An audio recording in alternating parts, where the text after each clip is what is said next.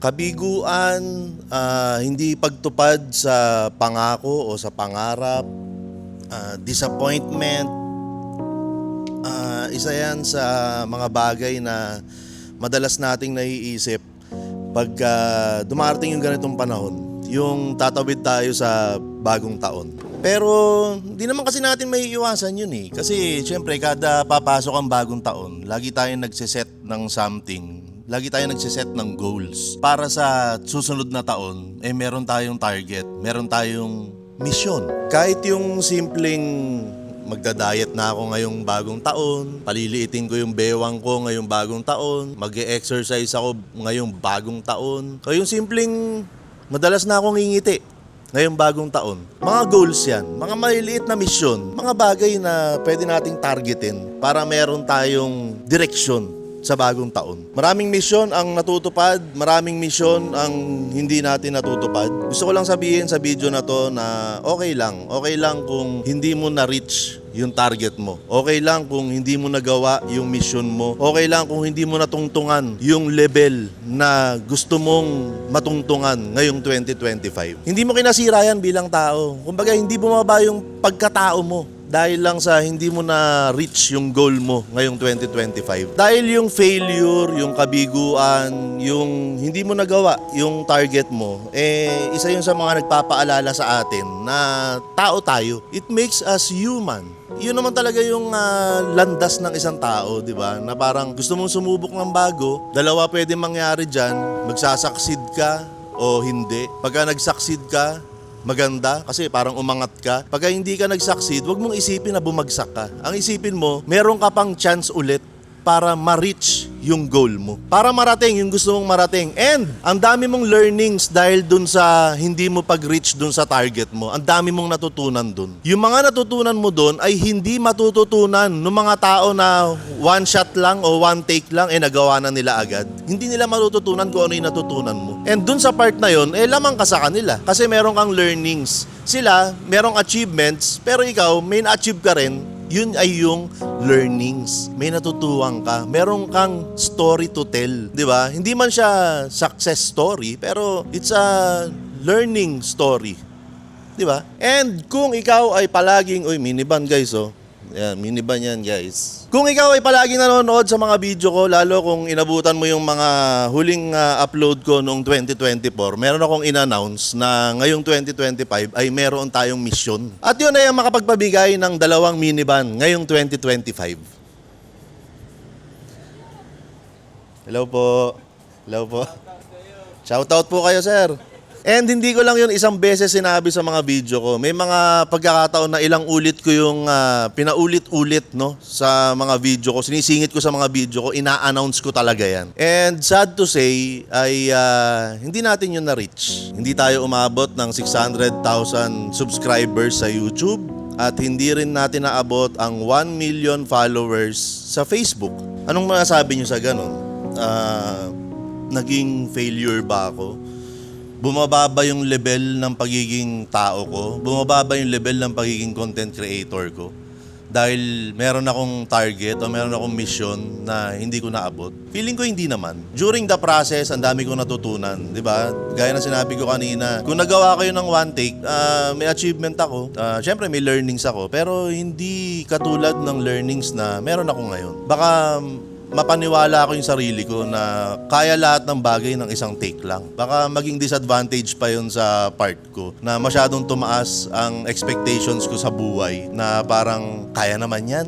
Kaya naman ng one take lang yan. Baka mamaya mahirati ako sa ganung pakiramdam. Ngayon na naranasan ko yung hindi pag-abot sa mission. Parang naging isang failure, no?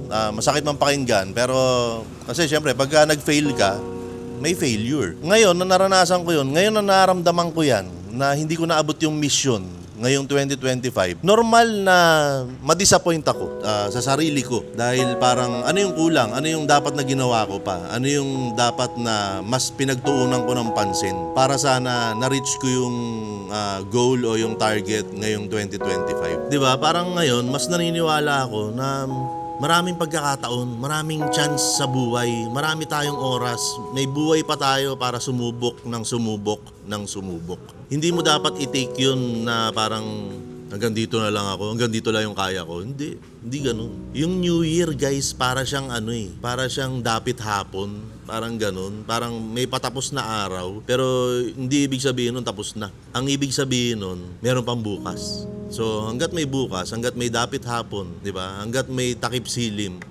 maniwala ka na laging merong bukang liwayway, laging merong umaga na pwede ka ulit sumubok, pwede ka ulit humataw. And speaking of hataw, mga kaibigan, ewan ko kung nakikita nyo ngayon, yung minivan dyan na parang kulay green. Ngayon ko gagawin yung huling hataw ko ngayong 2025. So meron akong meet up ngayon, minivan na inaahente ko. Ayan, dito kami ngayon nagkita sa may Ever Commonwealth. Ayan, shoutout pala sa mga taga QC. Dahil sa analytics ko ay laging number 1 ang Quezon City. Hindi ko alam kung bakit. Ayan, shoutout sa mga taga QC. Kung taga QC ka, mag-comment ka rito sa video na to. Sabihin mo, Quezon City represent! Ayan, maraming salamat sa mga taga QC. Laging kayo ang number 1 city sa mga viewers ni Mayor TV. O, di ba? Ever Commonwealth, mga kaibigan. O, dito ako ngayon. Ang date natin ngayon ay December 30. Itatry ko na ma-upload to ng mismong December 31. Ayan, para may huling upload ako ngayong 2025. Yun nga, gaya na sinabi ko kanina, meron akong meet up. Mamaya papakita ko sa inyo, o magpapaalam ako sa kanila kung okay lang silang isama sa video.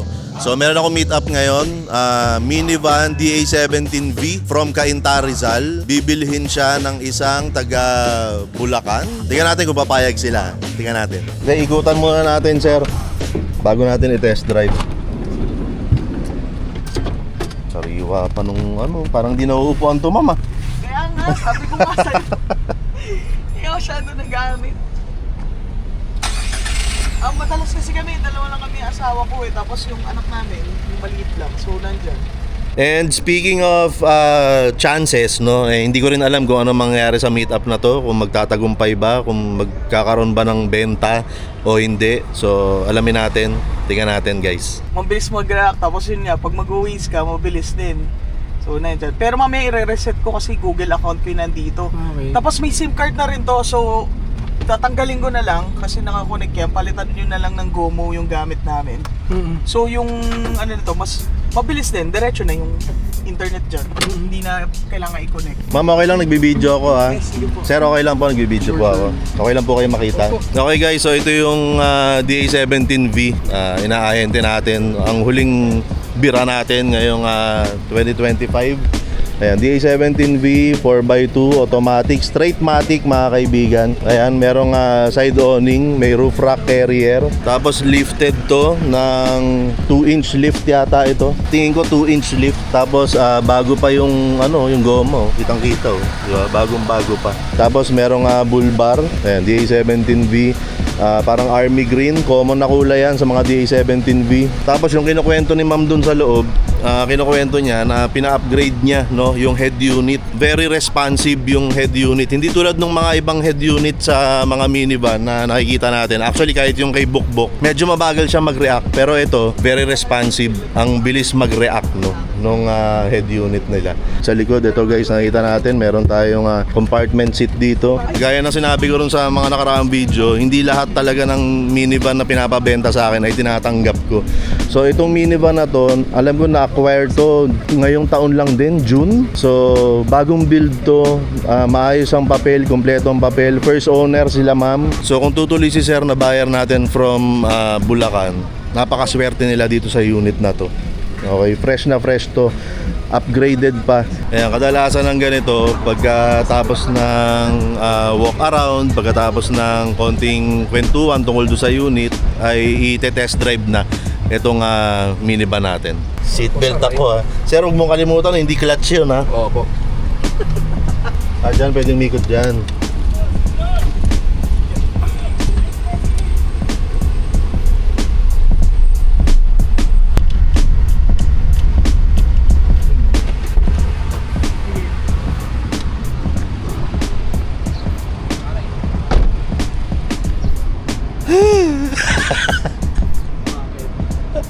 Naninibago. Hindi, okay naman, sir. Mukhang sanay naman mag-drive si sir. Gusto mong magpatulong, pwede mong kausapin si DA Surplus kung magre-renew. Bakit? Oh, ano? Papakita ako sa'yo. Ano yan? Baka bastos yan. Hindi blurred, hindi blurred.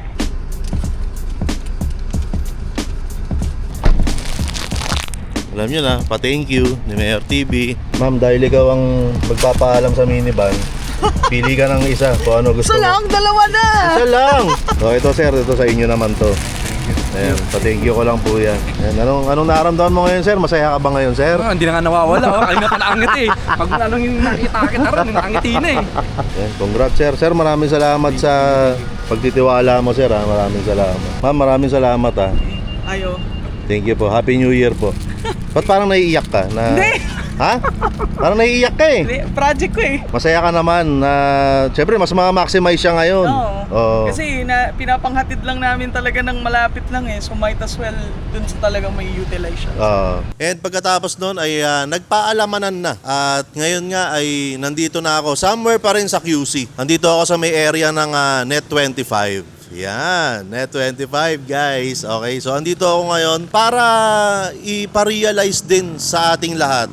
Iparealize kahit sa sarili ko, no? Hindi lahat ng plano natin ay magkakatotoo. Hindi lahat ng target natin ay tatamaan natin. Hindi lahat ng mission natin ay makukuha natin. Sa kabila ng iyong kabiguan ay panalo ka pa rin dahil ang dami mong natutunan, ang dami mong nakilala, ang dami mong na-experience dun sa process na yun. And ang lagi lang nating titignan dyan, last year ba, nung sinabi ko yun na meron akong mission para sa 2025, feeling ko, hindi ko pa naiisip na magtitinda ako ng minivan noong mga panahon na yun. Feeling ko, hindi ko naiisip na kakayanin kong mag-ahente ng minivan. Hindi ko pa naiisip noong mga panahon na yun na tatanggap ako ng mga unit na magpapabuild. At sa akin sila lalapit, sa akin sila magpapabuild, sa akin sila ko-contact. Parang wala pa ako doon nung mga panahon na yon, nung sinabi ko yung mission ko last year. Kahit hindi natin na-achieve yung 600,000 subscribers, 1 million followers, ang dami nating na-gain. Ako personally, ang dami kong na-gain, ang dami kong na-experience. Well, masarap na ma-achieve mo yung mission mo, ma-achieve mo yung target mo, pero ang dami kong na-gain, ang dami kong nakilala, ang dami kong naging contact, naging kaibigan, ang dami kong naranasan, na kahit hindi ko naabot yung goal ko, feeling ko mas marami akong na-gain dahil nabigo ako. Parang ganun. Kaya ikaw, kung ano man yung mission mo, kung ano man yung target mo sa 2026 o sa mga susunod pa na panahon, huwag kang matakot na sumubok talaga ng mga bagay na hindi ka sure. Diretsoy na natin. Huwag kang matakot na pumalya. Huwag kang matakot magkamali. Huwag kang matakot pumalpak. Huwag kang matakot na mabigo. Kahit na i-judge ka pa nila na, wala ka, hanggang ganyan ka lang talaga, wala kang kayang gawin, bla bla bla. Di naman nila alam yun eh, di ba? And yung mga tao na magsasabi sa'yo ng ganun, yun yung mga tao na maraming oras sa buhay. Ang ibig sabihin, wala silang ginagawa sa buhay nila kundi manood lang sa galawan ng ibang tao. Huwag mong pansinin yun. Kung pansinin mo man, siguraduhin mong pagkakitaan mo sila, kagaya ng ginagawa ko minsan. Okay? Yun lang naman yung ibig sabihin nun eh. The fact na kaya ka nilang bantayan, the fact na kaya nilang magsalita palagi at magkomento sa lahat ng pagkakamali mo, ang ibig sabihin lang nun, wala silang halaga at wala silang ambag sa buhay. And sobrang halaga mo sa buhay nila. Bakit? Kasi pinag-aaksayahan ka nila ng panahon. Imbis na gumawa sila ng mga bagay na uunlad nila, wala silang ibang ginawa kundi bantayan ka at mag-abang ng pagkakamali mo. So, mahalaga ka sa kanila. Dapat maging thankful ka pa. Diba? So guys, hindi ko napakahabain pa tong video na to dahil plano kong ihabol to na i-upload ng December 31. Ayan, simplihan na lang natin na sana sa 2026, kung marami kang tinesting ngayong 2025. Hello po. Opo okay lang po, okay lang po. Crash na crash ko doon si Bukbuk eh. Papunta na po kayo ng arena ngayon yan. Mag-opener pa lang. Opo. And speaking of pagkakataon, kita mo nga naman yan. Kita mo nga naman ang pagkakataon, no? Habang nagbablog ako rito, may mga, kumbaga parang mga admin, no? May mga admin nag-guide dito sa Net25 na nakita ko at kinausap ako. Tingnan natin, baka mamaya maging artista na naman ako sa darating na taon. Okay? Huwag naman natin targetin kasi baka mamaya hindi na naman matuloy. Pero, kumbaga, i-let loose mo lang. Kumbaga, hayaan mo lang. Huwag mong bitawan yung pangarap mo. Huwag mong bitawan yung mga plano mo sa buhay, yung mga gusto mong mangyari sa buhay mo. Huwag mong bitawan yun. Pero huwag kang masyado mag-focus doon lang. Diba? Huwag kang masyado mag-focus doon lang kasi isang aspeto lang yun ng buhay mo. Huwag kang mag-focus na parang kung ano lang yung gusto mong maabot sa buhay ay doon ka na lang kasi marami kang mapapabayaang bagay. And huwag mong kalimutan na maging mapagpasalamat, no? Maging grateful ka sa lahat ng mga bagay na dumarating sa iyong buhay. Maganda man yan o pangit, kailangan maging mapagpasalamat tayo palagi. Minsan sa sobrang focus natin sa isang bagay, totoo yun, may mapapabayaan at may ma-overlook ka na ibang bagay. And baka maging dahilan pa yun para hindi ka maging grateful o hindi ka maging mapagpasalamat sa mga dumarating sa'yo na blessings. Minsan may dumarating na palang blessings sa'yo, kaso dahil sobrang focus mo dun sa gusto mong gawin, dun sa bagay na gusto mo lang, napapabayaan mo yung ibang bagay, hindi mo napapansin na ang dami mo na palang blessings. 'Di ba? Parang halimbawa, may anak, no? Merong anak, nagrereklamo siya na nanay at tatay ko niregaluhan ako. Di ko gusto yung regalo nila. Hindi naman yun yung gusto ko eh. Hindi yun yung gusto ko matanggap na regalo. Sa sobrang focus niya dun sa mga bagay na gusto niyang matanggap, merong mga bagay na nasa kanya na na-overlook niya. Hindi mo nagustuhan yung regalo sa'yo ng nanay at tatay mo. Samantalang yung ibang tao, walang nanay at tatay. Di ba? Minsan dapat ma-realize natin yun. May mga bagay na dumating sa buhay natin na nirereklamo natin dahil hindi yun yung gusto natin. Pero may mga bagay na parte na ng buhay natin noon-noon pa. Yun yung kailangan natin pero sadyang ino-overlook natin kasi masyado tayong focused sa mga bagay lang na gusto natin. Hindi ako successful na tao, wala akong may pagmamalaki, wala akong may pagmamayabang, wala akong titulo, wala akong diploma, wala akong maraming pera o kapangyarihan. Ang meron ako, contentment, happiness, yung pagiging panatag. Meron ako nun. Kasi masasabi kong healthy ang aking spiritual life. Healthy ang aking mental health. Healthy ang aking pamilya. So, alam mo yun, iba pa rin pag meron kang kapanatagan. Ang karugtong palagi niyan ay pananampalataya. So, wag nating pababayaan yun. Wag nating kakalimutan yun. Yung mga bagay na dapat talagang inuuna natin. Ano ba yung mga bagay na dapat talagang pinagtutuunan natin ng pansin? Pinagtutuunan natin ng atensyon. Dapat alam na natin yun. So, ewan ko, naging preachy na yata itong video na to. Basta, alam nyo na yun. Yung mga lagi nanonood sa akin, alam ko nararamdaman nyo kung ano yung tinutukoy ko. Alam ko nararamdaman nyo kung saan galing at kung saan papunta yung mensahe ko. Alam kong kahit di ko sabihin, alam ko nagigets nyo ako.